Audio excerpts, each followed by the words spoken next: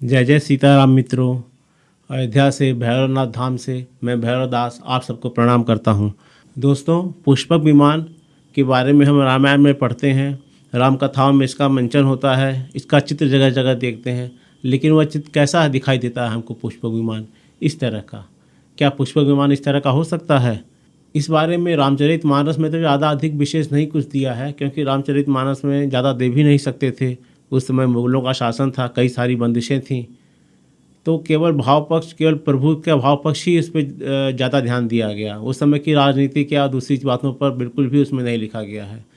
परंतु वाल्मीकि रामायण थोड़ा विस्तृत है, उसमें कुछ कुछ बातें आ गई हैं। जब हनुमान जी लंका पहुंचते हैं पहली बार, तब वहाँ के मकान कैसे हैं, वहाँ के भवन कैसे हैं वो देखते हैं, और पुष्पक विमान भी देखते हैं, और रावण के फ्लीट में और भी विमान थे वो भी देखते हैं। तो आइए हम देखते हैं वाल्मीकि जी ने लंका का रियल इस्टेट और लंका का एविएशन सिस्टम, उसके बारे में क्या लिखा है। पर यह 1968 में छपी हुई गीता प्रेस गोरखपुर की श्रीमद् वाल्मीकि रामायण है, उसका हिंदी वर्सन है। इसमें इतनी पुरानी इसकी छपाई हुई है, तो इसमें कुछ स्पेलिंग मिस्टेक हो जाना स्वाभाविक है, लेकिन फिर भी हम इसी में देखते हैं इन्होंने क्या लिखा है इसके बारे में। इससे यह प्रसंग जो है सुंदरकांड का है। जब हनुमान जी सीता जी की खोज में लंका पहुंच जाते हैं, तो लंका पहुंच करके वो जब लंका में पहुंचते हैं तो वहाँ के घर, ये सब जो बड़ी बड़ी इमारतें हैं वो देखते हैं। तो पुष्पक विमान भी उसी में देखते हैं। बलवान वीर हनुमान जी ने नीलम से जड़ी हुई सोने की खिड़कियों से सुशोभित तथा पक्षी समूहों से युक्त भवनों का समुदाय देखा। इसका मतलब मकान बड़े बड़े थे, उसमें सोने की खिड़कियाँ थीं। पक्षी समूह से युक्त मतलब लोगों ने पक्षी पाल रखे थे, जो वर्षा काल में बिजली से युक्त महती मेघशाला के समान मनोहर जान पड़ता था। मैंने बिजली की तरह शहर चमक रहा था। उसमें नाना प्रकार की बैठकें, उन घरों में कई तरह की बैठकें थीं। शंख, आयुध, धनुष, पर्वतों के समान ऊंचे महलों के ऊपर मनोहर और विशाल चंद्रशालाएँ थीं। चंद्रशालाएँ अर्थात ऊपर खुला हुआ स्थान, जहाँ रात को राक्षस लोग बैठ के मौज लेते होंगे। कपिवर हनुमान जी ने वहाँ नाना प्रकार के रत्नों, कई प्रकार के रत्न मतलब उससे सुशोभित ऐसे ऐसे घर देखे जिनकी देवता और असुर भी प्रशंसा करते थे। इसमें देखिए करते थे 2 बार हो गया। 1968 में छपी है, इसलिए उस समय पूरा मैनुअल काम होता था, तो इस तरह की गलतियाँ होना स्वाभाविक है। चलिए हम आगे देखते हैं। वे गृह संपूर्ण दोषों से रहित थे, मतलब वो जो मकान थे उसमें कोई गलती नहीं थी, एकदम परफेक्ट थे, और रावण ने उन्हें अपने पुरुषार्थ से प्राप्त किया था।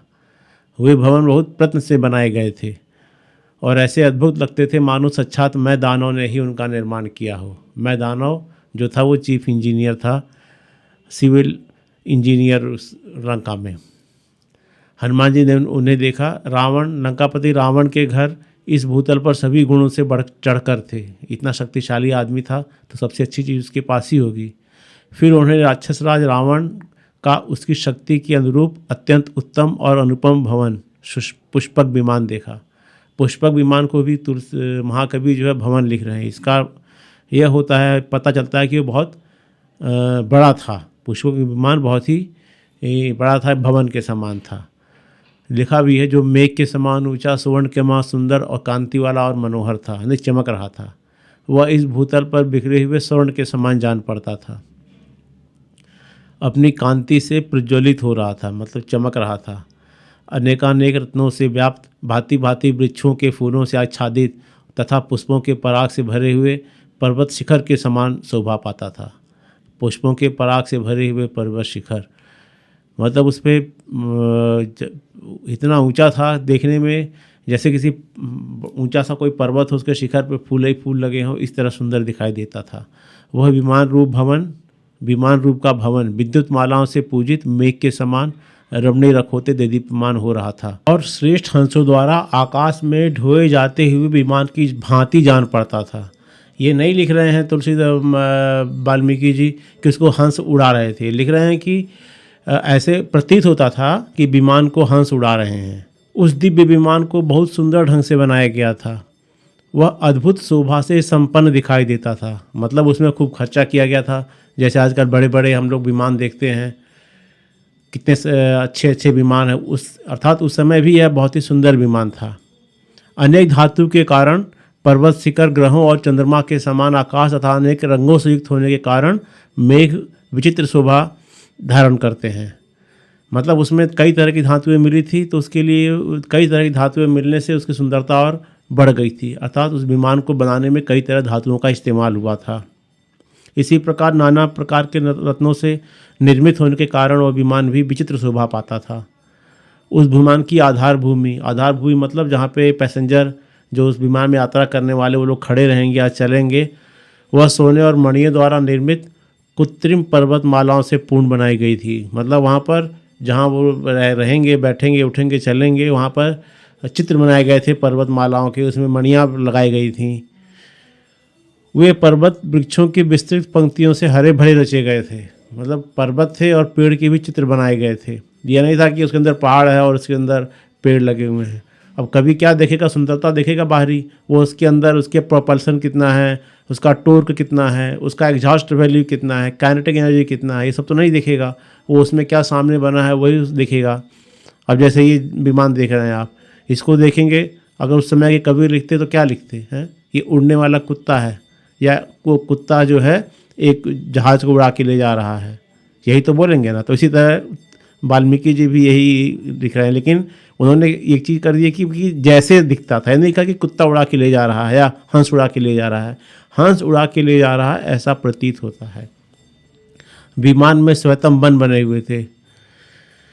श्वेतम वन बने थे अर्थात कोई जंगल होगा जिसमें बर्फ़ पड़ी होगी, ऐसा जंगल बना होगा।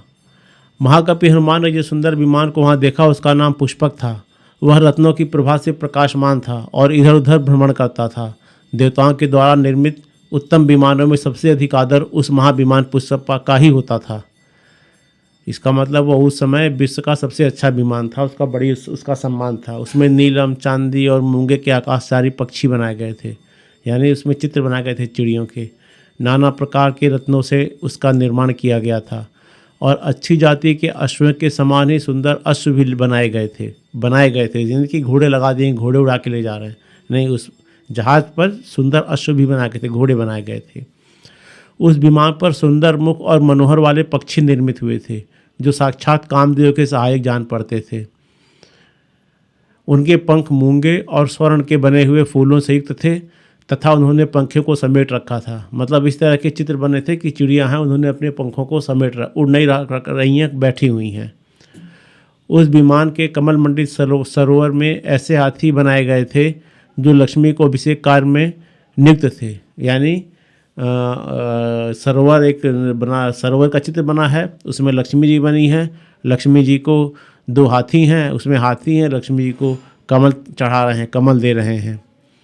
उनके अंगों के कमल के केसर लगे हुए थे और उन्होंने अपने सूंड में कमल के फूल उठा रखे थे और लक्ष्मी देवी की प्रतिमा भी विराजमान थी। मतलब उस जहाज़ में लक्ष्मी देवी की प्रतिमा बनी थी, उसको हाथी उसको कमल दे रहे हैं, इस प्रकार उसका बना था। और लक्ष्मी माता ने अपने हाथ में कमल पुष्प धारण कर रखा था। ऐसे चित्र हम लोग कई जगह देखते होंगे। मतलब ऐसा चित्र उस पुष्पक विमान पर भी बना हुआ था। इस प्रकार सुंदर कंदरवा वाले पर्वत के समान तथा बसंत ऋतु के में सुंदर कोटरों वाले परम सुगंध युक्त वृक्ष के समान उस शोभामय मनोहर भवन पहुंचकर हनुमान जी बड़े विस्मित हुए। यानी उस विमान में पहुंचकर हनुमान जी चकित रह गए। उस विमान को देख के हनुमान जी चौंक गए। हनुमान जी ने एक बार फिर से उस विमान को ठीक से देखा। मतलब उन्होंने बाहर देख लिया होगा, लेकिन दोबारा देख उनको पता था युद्ध होगा, तो इस विमान को देखना जरूरी है। हनुमान जी ने एक बार पुनः इस विमान का अवलोकन किया। उसकी रचना को, सौंदर्य आदि को दृष्टि से मापा नहीं जा सकता था। उसका निर्माण अनुपम रीति से किया गया था। स्वयं विश्वकर्मा ने ही उसे बनाया था और बहुत उत्तम कहकर उसकी प्रशंसा की। जब वह आकाश में उठकर वायु मार्ग में स्थित होता था तब सौर मार्ग के चिन्ह सुशोभित होता था। आपने देखा होगा, आप कभी जब कुछ जहाज़ जाते हैं, अक्सर सेना की लड़ाई वाले एयरफोर्स के जहाज़ जाते हैं तो अपने पीछे धुएं का एक लाइन सी छोड़ जाते हैं, तो वही सौर मार्ग। जब वह आकाश में उठकर वायु मार्ग में स्थित होता था तब सौर मार्ग के चिन्ह सुशोभित होते थे। उसमें कोई ऐसी वस्तु नहीं थी जो अत्यंत प्रयत्न से ना बनाई गई हो। मतलब उसमें कहीं भी केयरलेसली काम नहीं किया गया था, उसको अच्छे से बनाया गया था। कोई भी ऐसा स्थान या विमान का अंग नहीं था जो बहुमूल्य रत्नों से जटित ना हो। विमान में हर जगह बहुमूल्य, जब इतनी मेहनत से बनाया गया है उस विमान को, तो उसमें जगह जगह स्वर्ण रत्न ये सब जटित किए गए थे सुंदरता बढ़ाने के लिए। ऐसी सुंदरता, ऐसी विशेषताएं देवताओं के विमानों में भी नहीं थी। रावण ने निराहार रहकर तप किया था, भगवान के चिंतन में चित्त को एकाग्र किया था, इसीलिए उसे वह मिला था। अब आप ये बोलेंगे कि तप करने से और कैसे मिल जाएगा? तप करने का मतलब क्या है कि किसी चीज़ के पीछे हाथ धोकर पड़ जाना, भोजन खाना पानी सब भूल जाना। तो रावण जो है वह खाना पानी, खाना पीना सब सब सब सब भूल गया, अपने लक्ष्य के पीछे लग गया। रावण ने निराहार रहकर तप किया, क्या मतलब? अर्थात उसने दुनियादारी की चिंता छोड़ दी और एक चीज़ के पीछे हाथ धोकर पड़ गया, खाना पीना तक भूल गया, भगवान के चिंतन में चित्त को एकाग्र किया। भगवान के चिंतन में नहीं, उसको तो अपना जो लक्ष्य था उसके लिए उसके पीछे पड़ा था और भगवान का चिंतन करता था, इससे उसको लक्ष्य को प्राप्त करने में आसानी हुई। तपस्या करना मतलब उसके पीछे हाथ धोकर पड़ जाना, खाना पीना सब कुछ भूल जाना, सब दूसरी बातों से हटकर केवल उसी चीज़ में लग जाएं, तो वो लक्ष्य जरूर पूरा होता है। आप अपने आसपास देखिए, आपको जितने भी सफल लोग दिखाई देंगे उसमें कुछ ना कुछ जरूर इस तरह का तप किया होगा। अगर डॉक्टर है तो उसने पढ़ाई में तप किया है। मेरे परिवार में कई बच्चे डॉक्टर बने हैं, उनका मैं देखता था 7-7 घंटे 8-8 घंटे लगातार पढ़ते रहते थे, रात रात को जाग कर पढ़ते थे। अब डॉक्टर बन गए हैं। उन्होंने तप किया था ना, उस तप का उनको लाभ मिला। अगर नहीं तप किया होता वो भी अपना मौज मस्ती करते, फिल्म देखने जा रहे हैं, यहाँ डांस देखने जा रहे हैं, वीडियो बना रहे हैं, रील बना, ये सब में नहीं लगे बच्चे। वो तपस्या की उन्होंने लगा के पढ़े, डॉक्टर बने। इसी तरह जितना जो तपस्या करता है उसको उतनी ज़्यादा सफलता मिलती है, वो उतना ज़्यादा शक्तिशाली हो जाता है। तो रावण ने तो 20 बार तपस्या की है, तो उसको इतनी शक्तियाँ मिल गई हैं कि वह महाशक्तिशाली, परम शक्तिशाली हो गया। और ये भी है कि वह ग्रहों को कंट्रोल करता था। 9 ग्रह उसके आगे पीछे आके उसके दरबार में खड़े रहते थे, ग्रहों को कंट्रोल करता था। इसका मतलब क्या हुआ कि वैज्ञानिक रूप से बहुत, अब हमारे यहाँ भी आज की तारीख में देख लीजिए, आज ग्रहों पे कंट्रोल हो रहा है कि नहीं हो रहा है। एलन मस्क जो है वो मार्स पे अपने स्टारलिंक भेज रहा है कि नहीं भेज रहा है। ग्रहों का कंट्रोल मतलब कि थोड़ा ना हुआ कि ग्रह को लेके अपने पीछे पीछे घूम रहे हैं। ग्रहों का कंट्रोल मतलब ग्रहों के बारे में सारी जानकारी रख रहे हैं, उसका क्या हम लोग फ़ायदा उठा सकते हैं ये देख रहे हैं। तो इसी प्रकार रावण भी बहुत ही शक्तिशाली, परम शक्तिशाली हो गया था, क्योंकि वह तपस्वी था। तपस्वी आदमी हमेशा सफल होता है। लेकिन उसने एक गलती करी। उसने गलती क्या करी? वो इन शक्तियों का दुरुपयोग करने लगा, सज्जन लोगों पर दुराचार करने लगा, सज्जन लोगों को परेशान करने लगा। किसी की बीवी उठा लेना, किसी का सामान उठा लेना, घर उठा लेना। पुष्पक विमान भी वो उठा के लाया था कुबेर जी का। तो उसने शक्तियों का दुरुपयोग किया। और भगवान ने खुद ही कहा है, यदा यदा हि धर्म से ग्लानिर् भवति भारतम तदा तमानम सृजाम्यहम्। क्यों? जब पाप बढ़ेगा तो भगवान जन्म मिलेंगे, और भगवान राम का अवतरण इस धरा पे हुआ। अनेक प्रकार की विशिष्ट निर्माण कलाओं द्वारा उस विमान की रचना हुई थी, और जहाँ तहाँ से प्राप्त की गई दिव्य विमान निर्माणोचित विशेषताओं से उसका निर्माण हुआ था। इसका मतलब ये हुआ कि उसकी टेक्निक जो है पूरी दुनिया से ली गई थी। जहाँ जहाँ से टेक्निक मिली उसको ले करके उस विमान का निर्माण हुआ। वह स्वामी के मन का अनुसरण करते हुए चलने वाला, दूसरों के लिए दुर्लभ और वायु के समान वेग पूर्वक आगे चलने वाला था, तथा श्रेष्ठ आनंद के भागी बड़े बूढ़े तपवाले पुण्यकारी महात्माओं का ही वह आश्रय था। स्वामी के मन का अनुसरण करना था मतलब ड्राइवरलेस, उसमें पायलट या ड्राइवर की कोई ज़रूरत नहीं थी। जैसा स्वामी के मन में आया वैसे ही कर सका। आज ये संभव हो गया है, आज इस तरह की गाड़ियाँ बन रही हैं। मन का अनुसरण करके चलने वाले दिव्यांगों को जो हाथ पैर लगाए जाते हैं वो बन गए हैं। तो इसका मतलब कुछ समय में ऐसी गाड़ियाँ भी बन जाएंगी, ऐसे वाहन बन जाएंगे जो मन की सुन करके उसके हिसाब से चलेंगे। कोई विचित्र बात नहीं रह गया है। यह विमान गति विशेष का आश्रय ले व्योमरूप देश विदेश में स्थित था, मतलब पूरी दुनिया में कहीं भी जा सकता था, आ सकता था। आश्चर्यजनक विचित्र वस्तुओं का समुदाय उसमें एकत्र किया गया था। उसमें कई तरह की अलग अलग तरह की विचित्र वस्तुएं थीं। बहुत से शालाओं के कारण उसकी शोभा हो रही थी। शालाएं मतलब केबिन्स, बहुत सारे केबिन्स थे उसके अंदर। इसका मतलब ही वह जहाज़ बहुत बड़ा था। वह शरद ऋतु में चंद्रमा के समान निर्मल और मन को आनंद प्राप्त प्रदान करने वाला था।